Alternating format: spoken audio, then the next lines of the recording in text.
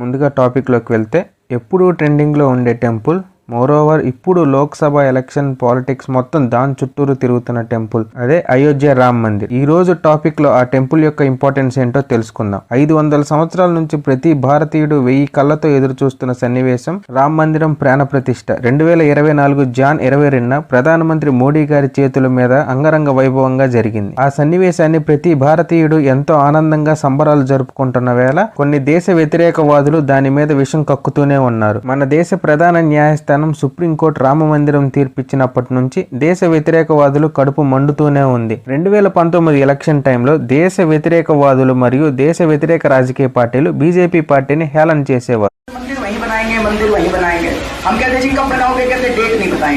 मंदिर वहीं बनाएंगे, सोच के बोलिएगा. देखिए मंदिर का सवाल है, सोच के मंदिर यहीं बनेगा, मंदिर वही बनाएंगे लेकिन तारीख नहीं बताएंगे. మందిరం కడతామని చెప్తారు కానీ తారీఖు మాత్రం చెప్పరు అని. రామ్ మందిరాన్ని వ్యతిరేకించిన వాళ్ళు 4 వర్గాలుగా విభజించడం జరిగింది. అందులో మొదటి వాళ్ళు Muslims or other religious groups. Muslims ఎందుకు వ్యతిరేకిస్తారో మనందరికీ తెలిసిన విషయమే. వీళ్ళు ఏంటంటే అక్కడ ఉన్న బాబ్రీ మసీద్ కూల్చివేసి అక్కడ మందిరం కడతారని దానిని వ్యతిరేకిస్తూ ఉన్నారు. అలానే ఇతర మతస్థులు ఎవరైతే ఉన్నారో హిందుత్వవాదం నచ్చదో వాళ్ళు కూడా రామ్ మందిరాన్ని వ్యతిరేకించారు. వీరిలో ఎవరైతే మన సంస్కృతి గురించి తెలిసిన వారు ఉన్నారో వాళ్ళు మాత్రం రామ్ మందిరాన్ని సంతోషంగా స్వాగతించారు. ఇందులో రెండో వర్గం వచ్చేసి రాజకీయ పార్టీలు, అంటే పొలిటికల్ పార్టీస్. ఏ పార్టీలు అయితే మైనారిటీ ఓటు బ్యాంక్ కోసం వాళ్ళ కాళ్ళ వెళ్ళ పడతారో వాళ్ళు ఈ రామ్ మందిరాన్ని వ్యతిరేకించారు. అందులో ముఖ్యంగా కాంగ్రెస్ మరియు ఎంఐఎం. ఈ రెండు పార్టీలు వాళ్ళ జీవితం అంతా మైనారిటీలను బుజ్జగించడమే సరిపోతుంది. రామ్ మందిరం కట్టనివ్వం అని చెప్పి ఆ మైనారిటీ వాళ్ళ ఓట్లు వాడుకోవాలని చూశారు. అందుకే వాళ్ళు ఈ రామ్ మందిరాన్ని వ్యతిరేకించారు. కాంగ్రెస్ అయితే సుప్రీంకోర్టులో ఏకంగా 24 మంది లాయర్లను పెట్టి రామ్ మందిరానికి వ్యతిరేకంగా పిటిషన్ దాఖలు చేసింది. ఇంకా అసలు ఎంఐఎం పార్టీ గురించి అయితే ఇంకా చెప్పనక్కర్లేదు. వాళ్ళు ఎప్పుడూ రామ్ మందిరం మీద పడు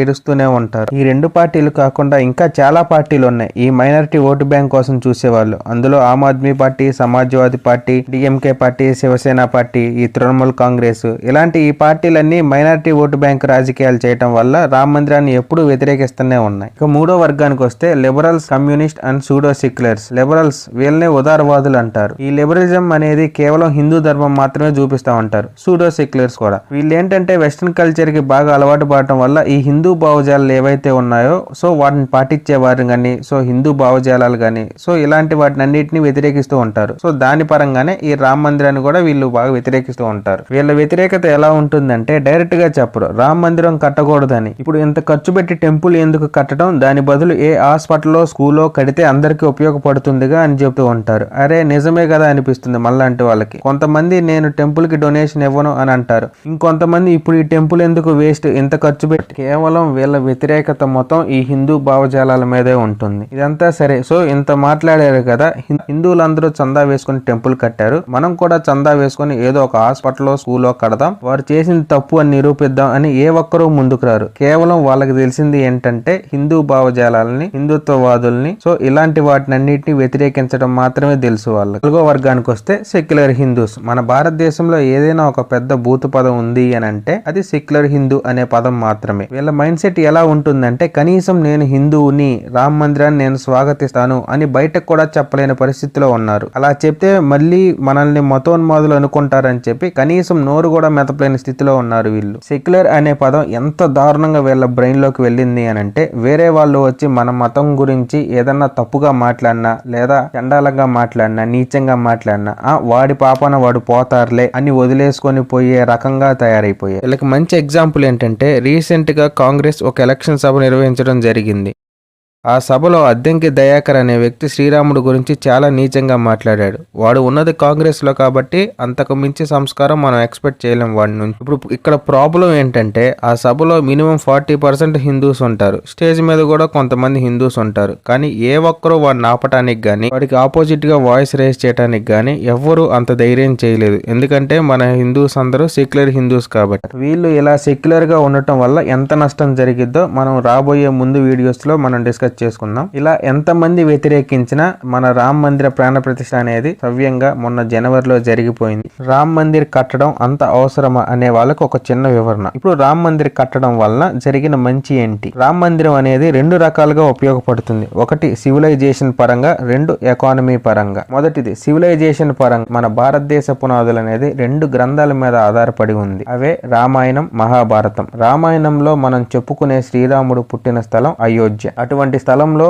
ఆయనకు గుడి ఉండటం ఎంతైనా అవసరం. రామాయణం అనేది మన భారతదేశంలోనే కాదు, ప్రపంచ దేశాల్లో కూడా చాలా ప్రఖ్యాతిగాంచినది. Thailand, Cambodia, China, Myanmar, Indonesia, Vietnam ఇలా వేరు దేశాల్లో వేరు వర్షన్స్ తో రామాయణం అనేది ఎంతో ప్రసిద్ధి కాంచింది. అటువంటి శ్రీరాముడికి తన జన్మస్థలంలో గుడి అనేది ఎంతో అవసరం. రెండవది ఎకానమీ పరంగా, అంటే ఆర్థిక వ్యవస్థ పరంగా. రామ మందిర కట్టడం వల్ల ఆ రాష్ట్ర ఆర్థిక వ్యవస్థ ఎంత మెరుగుపడిందో ఇప్పుడు చూద్దాం. ముందుగా రామ మందిరం అనేది ప్రభుత్వం నుంచి ₹1 తీసుకోకుండా కేవలం డొనేషన్స్ నుంచి మాత్రమే కట్టారు. రామ మందిరం కట్టడానికి ఫిబ్రవరి 2020కి మొత్తం 3,500 కోట్ల డొనేషన్స్ వచ్చాయి. రామ మందిరం ఎస్టిమేషన్ కాస్ట్ వచ్చేసి 1,800 కోట్లుగా తేలింది. అందులో 51.4% మాత్రమే రామ మందిరం కట్టడానికి ఉపయోగించారు. మిగిలిన దాంట్లో కొంత భాగం ఒక టైం క్యాప్సూల్ ని రెడీ చేసి దాన్ని రామ మందిరం కింద 2,000 అడుగుల లోతులో పెట్టారు. ఈ స్థలాన్ని రామ మందిరమే అని చెప్పడానికి, వేల సంవత్సరాల తర్వాత కూడా ఈ స్థలం శ్రీరాముడికి చెందిందే అని చెప్పడానికి ఆ టైం క్యాప్సూల్ ని అంత లోతులో రామ మందిరం కింద భద్రపరిచారు. ఇప్పుడు రామ మందిర కట్టడం వల్ల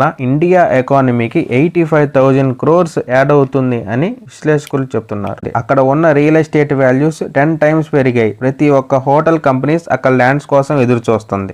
కొత్త స్టోర్స్ అండ్ మాల్స్ ఏర్పడుతున్నాయి. లక్షలాది మంది భక్తులు రోజు రామ మందిరాన్ని దర్శించుకుంటున్నారు. కొత్త అంతర్జాతీయ విమానాశ్రయం ఏర్పడింది. 2021-22లో 60 లక్షల మంది టూరిస్టులు వస్తే 2022 నుంచి 23లో 2.3 కోట్ల మంది అయోధ్యని దర్శించుకున్నారు. దీని వల్ల అక్కడ వ్యాపారులకు చాలా మంచి వ్యాపారం జరుగుతుంది. నెక్స్ట్ ఫైనాన్షియల్ ఇయర్ లో ఉత్తరప్రదేశ్ స్టేట్ సంవత్సరానికి 4 లక్షల కోట్లు రెవెన్యూ జనరేట్ చేయడానికి కొత్త అంతర్జాతీయ విమానాశ్రయం ఏర్పడింది. 25,000 కోట్ల ట్యాక్స్ రెవెన్యూ జనరేట్ చేయడానికి కూడా అయోధ్య ఎంతో కీలకమైన అంశం పోషిస్తుంది. ముఖ్యంగా టెంపుల్ వద్ద పూజా సామాగ్రి గాని, అక్కడ వస్తువులు గాని, లేదా శ్రీరామ్ జెండాలు గాని, టోపీలు గాని, శ్రీరాముడి బొమ్మ ముద్రించిన టీ షర్ట్లు గాని, కుర్తాలు గాని, లేదా శ్రీరామ టెంపుల్ యొక్క ఐడియల్స్ గాని బాగా డిమాండ్ పెరిగిపోయింది. సో అలా డిమాండ్ పెరగటం వల్ల అక్కడ మంచి బిజినెస్ అనేది జరుగుతుంది. ఎకానమీ గ్రో అవటానికి ఎంతగానో యూజ్ అవుతుంది. రామ మందిర నిర్మాణం జరగటం వల్ల యూపీకే కాదు, భారతదేశ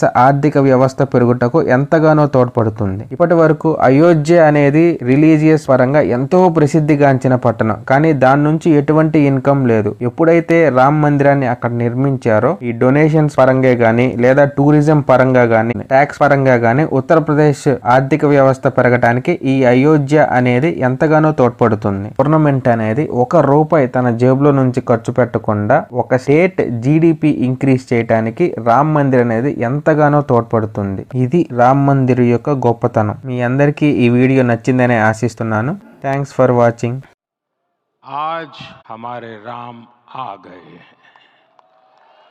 राम भारत की आस्था है, राम भारत का आधार है, राम भारत का विचार है, राम भारत का विधान है, राम भारत की चेतना है, राम भारत का चिंतन है, राम भारत की प्रतिष्ठा है, राम भारत का प्रताप है, राम प्रवाह है, राम प्रभाव है, राम नेति भी है, राम नीति भी है, राम नित्यता भी है, राम निरंतरता भी है, राम विभु है, विशद है, राम व्यापक है, विश्व है, विश्वात्मा है।